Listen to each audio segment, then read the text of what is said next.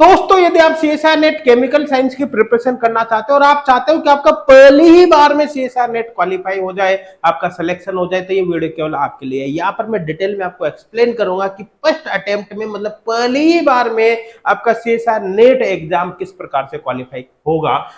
यहाँ पर बेसिकली अपन प्रेशर्स के बारे में बात करेंगे, मतलब ऐसे स्टूडेंट के बारे में बात करेंगे जिनको भी सीएसआर नेट का कोई ज्यादा आइडिया नहीं है। मतलब आप पहली ही बार सीएसआर नेट का एग्जाम यहाँ पर अटेम्प्ट करने वाले हो। साथ के साथ ही हो सकता है आप एमएससी प्रीवियस या फाइनल की स्टूडेंट हो, या हो सकता है आपकी एमएससी कंप्लीट हो गई हो लेकिन आपने सीएसआर नेट का एग्जाम पहले नहीं दिया। मतलब फर्स्ट अटेम्प्ट में सीएसआर नेट आप कैसे क्वालिफाई करोगे, यहाँ पर मैं आपको तरीका बताने वाला हूँ। यकीन मानिए जो कुछ मैं यहाँ पर आपको बताऊंगा तो आपकी गारंटी है पहली ही बार में सीएसआर नेट आपका क्वालिफाई हो जाएगा। अब देखो ये जो वीडियो है ये उन सब स्टूडेंट के लिए तो इंपॉर्टेंट है ही से जो प्रेशर से, लेकिन देखा जाए तो ये वीडियो उन स्टूडेंट के लिए भी इंपॉर्टेंट है जिन्होंने सीएसआर नेट का एग्जाम पहले दे दिया है, एक बार, दो बार, तीन बार, चार बार, लेकिन उनका सिलेक्शन नहीं हुआ है। क्योंकि देखो जो स्टूडेंट प्रेशर है उनको तो पता चलेगा कि हम क्या करें कि हमारा पहले ही बार में एग्जाम क्वालिफाई हो जाए, और जो स्टूडेंट पहले एग्जाम दे चुके हैं लेकिन जिनका सिलेक्शन नहीं हुआ ही किसी कारण से, उनको पता चल जाएगा कि हमने क्या गलतियां करी, किन बातों का हमने ध्यान नहीं रखा जिसकी वजह से आज भी हमारा सिलेक्शन यहाँ पर नहीं हुआ है। तो फिर आने वाले एग्जाम में उनके सिलेक्शन के चांस भी यहाँ पर बन। देखो सीएसआर नेट केमिकल साइंस के अगर सिलेबस की बात करें तो वो आपको यहाँ पर पता होगा ही सही। देखो फिजिकल केमिस्ट्री के सारे टॉपिक्स है, इनऑर्गेनिक में आप चाहो तो वीडियो को पॉज कर सकते हो, कोई दिक्कत वाली बात नहीं है। यहाँ पर अपन बात करते हैं आपको क्या ध्यान रखना है। देखो सबसे पहला पॉइंट है, आपको जब अपनी स्टडी को स्टार्ट करना है तो आपको ध्यान देना है स्टडी रिलेवेंट स्टडी मटेरियल से ही करनी है। अब देखो अब ये क्वेश्चन यहाँ पर दिमाग में आता है कि हम कैसे पहचानेंगे कि जो स्टडी मटेरियल हमारे पास है वो रिलेवेंट है या नहीं। एक एग्जांपल से मैं आपको बताता हूँ। जैसे सपोज करो आपने किसी कोचिंग का ऑनलाइन कोर्स ज्वाइन किया, कहीं से भी ज्वाइन किया हो सकता है आपने एचगोड क्लासेस से ऑनलाइन कोर्स ज्वाइन कर रखा हो, या फिर कई दूसरी जगह से ज्वाइन आपने किया हो, या फिर करने वाले हो। ठीक है, आपको कैसे पता चलेगा कि वो स्टडी मटेरियल है वो रिलेवेंट है या नहीं। ठीक है, आपको क्या करना है, जैसे एक एग्जांपल लो, सपोज करो आपने ग्रुप थ्योरी की स्टडी करी। किसकी स्टडी करी भाई? ग्रुप थ्योरी की। ग्रुप थ्योरी जैसे आपने कंप्लीट पढ़ ली, पढ़ने के बाद ग्रुप थ्योरी के प्रीवियस ईयर के क्वेश्चन सॉल्व होते ही नहीं होते। अगर आपने वो चैप्टर पढ़ने के बाद स्टडी मटेरियल से उसके ग्रुप थ्योरी के पूरे क्वेश्चन प्रीवियस ईयर के सॉल्व हो गए, इसका मतलब है वो जो मटेरियल आपको प्रोवाइड किया है ना वो सफिशिएंट है। आप किसी भी कोचिंग के ऑनलाइन कोर्स को ऐसे जांच सकते हो, ऐसे टेस्ट कर सकते हो कि वहां का जो कंटेंट है वो सफिशिएंट है या नहीं। देखो यहाँ पर मैं आपको बता देता हूँ, कई बार स्टूडेंट को क्या लगता है कि वो कोई भी कहीं से भी कोई टॉपिक पढ़ लेता है, पढ़ने के बाद फिर उसको लगता है कि पता नहीं कि जो मैंने पढ़ा है वो सफिशिएंट है या नहीं है। हो सकता है मैंने कम पढ़ लिया हो सकता है ज्यादा पढ़ लिया हो। और ऐसी कंडीशन में क्या होता है, अगर स्टूडेंट को लगता है कि ये मटेरियल सफिशिएंट नहीं है तो उस कंडीशन में क्या है कि उसी स्टडी मटेरियल को, उस चैप्टर को 4 अलग अलग जगह से और पढ़ता है। जैसे ग्रुप थ्योरी की बात कर रहा था, ग्रुप थ्योरी आपने कोर्स से पढ़ लिया, उसके बाद फिर आप उसको यूट्यूब से सर्च कर लोगे, एक जगह से पढ़ लिया, बुक से पढ़ लोगे, अलग अलग जगह से पढ़ लोगे, लेकिन वो केवल और केवल आपका टाइम वेस्ट करेगा। देखो सीधा सीधा कॉन्सेप्ट ये है, आपने एक चैप्टर कंप्लीट किया, जैसे ग्रुप थ्योरी आपने पढ़ ली, तो उसके प्रीवियस ईयर के क्वेश्चन अगर सोल्व हो गए, इसका मतलब जो आपने पढ़ा है वो सफिशिएंट है, आपके इधर उधर नहीं भगना। अच्छा, बहुत सारे स्टूडेंट यहाँ पर टाइम वेस्ट भी बहुत ज्यादा करते हैं। कैसे करते हैं? देखो जैसे सपोज करो कि ग्रुप थ्योरी के प्रीवियस ईयर के, मान लो जस्ट एग्जांपल के लिए बता रहा हूं कि 100 क्वेश्चन है। कितने? प्रीवियस ईयर के 100 क्वेश्चन है नेट के। ठीक है, अब उन आपने चैप्टर पढ़ा, पढ़ने के बाद सारे प्रीवियस ईयर क्वेश्चन तो आपने सोल्व कर ही लिए, हो गए। ठीक है, लेकिन आपके मन को भी शांति नहीं मिली और आपने क्या किया, आपने ग्रुप थ्योरी के बुक्स उठाए, बुक्स के क्वेश्चन सोल्व करने लग गए। ग्रुप थ्योरी के आपने कोई यूट्यूब से दूसरे टीचर्स के लेक्चर देखे, वहां पर उनको सोल्व करने लगे। फिर दूसरी कोचिंग का कहीं पर स्टडी मटेरियल देखा, टेलीग्राम ग्रुप वगैरह ज्वाइन कर रखा है, वहां से डाउनलोड किया, उसकी क्वेश्चन सोल्व करने लगा। अरे भाई क्या करना है आपको? क्या रिसर्च करनी है? यहाँ पर रिसर्च थोड़ी करनी है, आपको एग्जाम क्वालिफाई करना है। अगर आप जहां पर मैंने बताया कि 100 क्वेश्चन ग्रुप थ्योरी के मान लो प्रीवियस ईयर के, 100 की जगह आपने 500 क्वेश्चन सोल्व कर ले, 1000 क्वेश्चन सोल्व कर ले, क्या एक ही टॉपिक के बेसिस पर आपका सिलेक्शन होगा? नहीं होगा ना भाई। आप कितने भी पढ़ लो, ग्रुप थ्योरी के तो क्वेश्चन जो भी आएंगे वो 8, 10, 12 नंबर के आएंगे ना एग्जाम में, 100 नंबर के थोड़ी क्वेश्चन आ जाएंगे। और आपने प्रीवियस ईयर क्वेश्चन सोल्व कर लिया, इसका मतलब सफिशिएंट है। और फिर आपने मान लो 100 की जगह 500 क्वेश्चन, 1000 क्वेश्चन सोल्व कर भी लिए, तो क्या आप इतने क्वेश्चंस को आगे जाकर रिवाइज कर पाओगे? नहीं कर पाओगे। अगर आपने उतना ही पढ़ा है जितना आपको आवश्यक है, जिससे प्रीवियस ईयर क्वेश्चन सोल्व हो जाए, तो आपका कम समय में काम हो जाएगा, कम समय में काम हो जाएगा, कम समय में आपके क्वेश्चंस की प्रैक्टिस हो गई, तो उस कंडीशन में जो समय बचेगा उसको आप नेक्स्ट चैप्टर को पढ़ने में दोगे, नेक्स्ट चैप्टर के रिवीजन में दोगे। आपने केवल उतना ही स्टडी मटेरियल पढ़ा जितना रिलेवेंट है, आपके एग्जाम को क्वालिफाई करने के लिए आवश्यक है, तो आप उसका टाइम टू टाइम रिवाइज भी तो कर पाओगे। अदरवाइज क्या होगा? अदरवाइज क्या होगा? मान लो कि आपने ग्रुप थ्योरी आज पढ़ी और फिर जब 2 महीने बाद, 3 महीने बाद, 6 महीने बाद आप ग्रुप थ्योरी को देखोगे, तब तक वो आपके दिमाग से साफ हो गई होगी। आज आप कितनी भी प्रैक्टिस कर लो, वहां तक आपके दिमाग में कुछ बचेगा ही नहीं है, तो उस कंडीशन में फिर फायदा क्या है? इसलिए आपको लिमिटेड पढ़ना है, आपको उतना ही पढ़ना है जितना आवश्यक है। आपको ज्यादा क्वेश्चन भी सोल्व नहीं करना, इधर उधर से बुक्स वगैरह से देख दाख के केवल पीवाई को सोल्व कर लो, ठीक है, उतना सफिशिएंट है, ताकि फिर कम समय में आपका काम होगा तो आप उसको कंटिन्यू रिवाइज भी कर पाओगे, और आगे जो भी समय बचेगा उसको आप नए चैप्टर पे दे पाओगे। आपको यहाँ पर क्या ध्यान रखना, अगर पहली बार स्टडी आप कर रहे हो तो मान के चल रहे कि आपके बेसिक थोड़े वीक होंगे, तो चैप्टर को आप बेसिक टू एडवांस पढ़ने की कोशिश करना। देखो, नेट एग्जाम ऐसा एग्जाम है जहां पर हर लेवल के क्वेश्चंस आपको पेपर में देखने को मिल जाएंगे। ऐसे क्वेश्चन भी मिल जाएंगे जो बिल्कुल बेसिक है, ऐसे क्वेश्चन भी मिल जाएंगे जो बहुत ही हाई लेवल के क्वेश्चन है।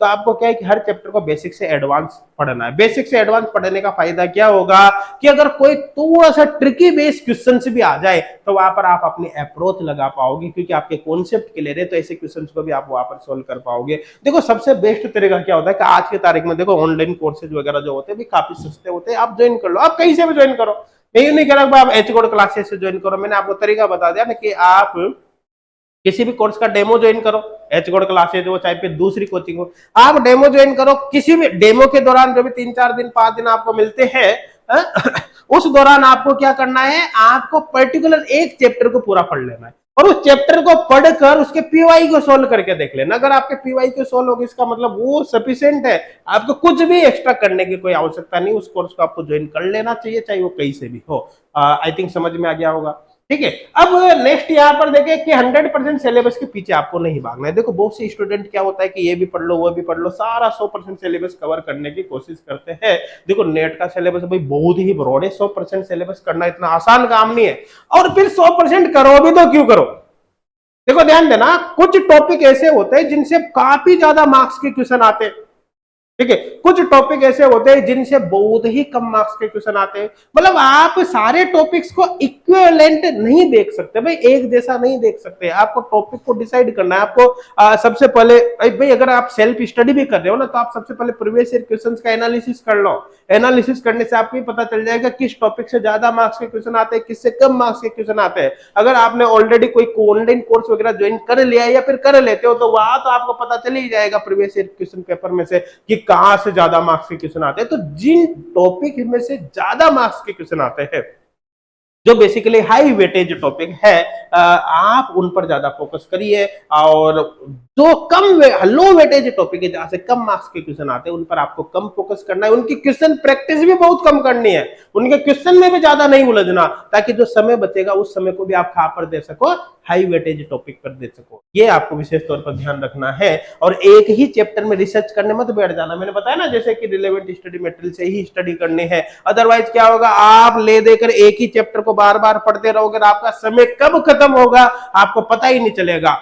इस बात का ध्यान रखना है। मतलब कुल मिलाकर टाइम वेस्ट बिल्कुल भी आपको नहीं करना। और देखो, रिवीजन मैंने आपको बताया ना, देखो बहुत से स्टूडेंट क्या करते हैं कि थ्योरी पढ़ते रहते हैं। वो उन्होंने क्या किया, चैप्टर पढ़ लिया, केमिकल काइनेटिक्स खत्म, थर्मोडायनामिक्स खत्म, इलेक्ट्रोकेमिस्ट्री खत्म, ग्रुप थ्योरी खत्म, वो खत्म करते रहते हैं, लेकिन वो प्रैक्टिस पर ध्यान नहीं देते। वो प्रैक्टिस करते हैं कहां पर करते हैं, एग्जाम में जाकर। कभी भी ये गलती आप मत करना। आप कितने भी थ्योरी पढ़ लो, अगर आपने प्रैक्टिस नहीं करी तो आपको कभी समझ में ही नहीं आएगा कि क्वेश्चन कहां से आया है। अच्छा, प्रैक्टिस करनी, प्रैक्टिस भी ऐसा नहीं कि कोई से भी क्वेश्चन सॉल्व करने लग जाओ, नहीं करना भाई। आपको बेसिकली पीवाईक्यू से ही प्रैक्टिस करनी है, क्योंकि पीवाईक्यू से प्रैक्टिस करने का मतलब है कि आपको एग्जाम लेवल का एग्जैक्ट आइडिया होगा। अदरवाइज कोई फायदा ही नहीं होगा उस चीज का। और पीवाई के रहेंगे तो लिमिटेड रहेंगे, आप कम समय में प्रैक्टिस कर पाओगे तो बचे हुए टाइम को नेक्स्ट चैप्टर पे कर पाओगे। ऐसी कंडीशन में आप कुल मिला के 5-6 महीने के अंदर ही मैक्सिमम सिलेबस को कवर कर पाओगे। अदरवाइज सालों तक आप इस सिलेबस को कवर नहीं कर पाओगे। ये बात आपको ध्यान रखना है विशेष तौर पर। आपको देखो एक चीज जरूर ध्यान देना है, देखो कोई भी चैप्टर आप पढ़ो ना तो पढ़ने के साथ आपको उसके शॉर्ट नोट जरूर बनाना। भाई देखो आपने जैसे मान लो कोर्स ही ज्वाइन कर रखा है, सपोज करो आपने एच कोड क्लासेज एप्लीकेशन पर सीएसआर नेट केमिकल साइंस का ऑनलाइन कोर्स ज्वाइन कर रखा, तो आपको क्या करना है, वीडियो लेक्चर देखना है। वीडियो लेक्चर देखकर उसके शॉर्ट नोट्स, उसके फुल नोट्स आपको साथ में बना लेना है ना। अब उसके बाद क्या करोगे, जैसे आपके पूरे चैप्टर के फुल नोट्स कंप्लीट हो गए तो फिर उसके शॉर्ट नोट जरूर बना लेना। जैसे ग्रुप थ्योरी का एग्जांपल लो, सपोज ग्रुप थ्योरी के आपके 100 पेज भर गए रजिस्टर के, जस्ट एग्जांपल दे रहा हूं, है ना। अब 100 पेज जब आपके भर गए तो उन 100 पेज को आपको शॉर्ट नोट्स में 2 से 3 पेज के अंदर उतार देना है। अब 2 से 3 पेज में कैसे आएंगे वो, तो आपको वहां पर क्या करना है कि शॉर्ट नोट्स के अंदर केवल की पॉइंट लिखे जाते हैं। एक एग्जाम अच्छे से एग्जांपल से मैं बताऊं, जैसे सपोज करो कि एग्जाम में एक क्वेश्चन आया केमिकल काइनेटिक्स का, कि एक फर्स्ट ऑर्डर रिएक्शन है, ठीक है, जो 90% कंप्लीट होने में 10 मिनट का समय लगता है, तो बताइए रिएक्शन को 99.9% कंप्लीट होने में कितना समय लगेगा। अब अगर आपको इस क्वेश्चन को सॉल्व करना है तो आपको एक फॉर्मूला पता होना चाहिए कि K equal 2.303 upon T log A upon A minus X, ये फॉर्मूला पता होना चाहिए। अगर ये फॉर्मूला आपको पता नहीं है तो क्या आप इस क्वेश्चन को जिंदगी में सोल्व कर पाओगे, नहीं कर पाओगे भाई। तो इसका मतलब है कि हर चैप्टर के अंदर कुछ की पॉइंट्स होते हैं, कुछ फॉर्मूले होते हैं जिनके बेसिस पर हम क्वेश्चंस को सॉल्व करते हैं। तो शॉर्ट नोट्स में केवल उन की पॉइंट्स को, उन फॉर्मूलेज को ही आपको लिखना है, सब कुछ पूरी रामायण नहीं लिखनी, वो तो फुल नोट्स में अवेलेबल है। अब शॉर्ट नोट्स बनने से क्या होगा, जैसे ग्रुप थ्योरी जो कि 100 पेज की थी वो शॉर्ट नोट्स में आगे 2 से 3 पेज के अंदर, उनको आप कंटिन्यूअस रिवाइज कर पाओगे। उससे क्या होगा, लास्ट टाइम आपके ऊपर लोड नहीं पड़ेगा। अदरवाइज क्या होगा, आपने शुरू में कितना भी अच्छा कोई भी टॉपिक कंप्लीट कर लिया लेकिन लास्ट टाइम पर आपको कुछ भी याद नहीं रहेगा। आपके वो जो चैप्टर है आपके दिमाग से खाली हो चुका होगा। फिर आपको जैसे शुरू में आपने पढ़ा ना उसको आपको फिर वैसे ही पढ़ना पड़ेगा। इस बात का ध्यान रखिए। आप शॉर्ट नोट जरूर बनाए, उनको कंटिन्यू रिवाइज करते रहो। देखो सबसे इंपॉर्टेंट जो होता है ना वो होता है प्रीवियस ईयर क्वेश्चन। आपको प्रीवियस ईयर क्वेश्चन जरूर सोल्व कर लेना है चैप्टर पढ़कर। और अगर आपको लगता है कि प्रीवियस ईयर क्वेश्चंस मैंने पूरे सोल्व कर लिए तो उसके बाद जो टाइम बचता है ना उसमें आप क्या करो, ऑनलाइन टेस्ट सीरीज वगैरह कहीं से ज्वाइन कर लो, ऑनलाइन टेस्ट के क्वेश्चंस वहां पर अटेम्प्ट करो, वो उससे आपका टाइम मैनेजमेंट हो जाएगा। अच्छा अगर ये नहीं कर पाते, आप कहीं से टेस्ट सीरीज ज्वाइन नहीं करते, कोई दिक्कत नहीं, आपके पास जो भी प्रीवियस ईयर क्वेश्चंस है जैसे असाइनमेंट शीट्स वगैरह, प्रैक्टिस प्रॉब्लम शीट्स वगैरह, आप उन्हीं को एज ए टेस्ट सोल्व कर सकते हो। कैसे करोगे, देखो उसका मैं तरीका बता दो। जैसे सपोज करो आपके असाइनमेंट शीट के अंदर मान लो किसी चैप्टर के मान लो 30 क्वेश्चन है, एक असाइनमेंट शीट में कितने 30 क्वेश्चन है। अब सपोज करो कि वो इनऑर्गेनिक असाइनमेंट शीट है और अपन मानते हैं कि इनऑर्गेनिक के एक क्वेश्चन को सोल्व करने में एवरेज 1.5 से 2 मिनट का समय लग रहा है, मान के चलो इतना।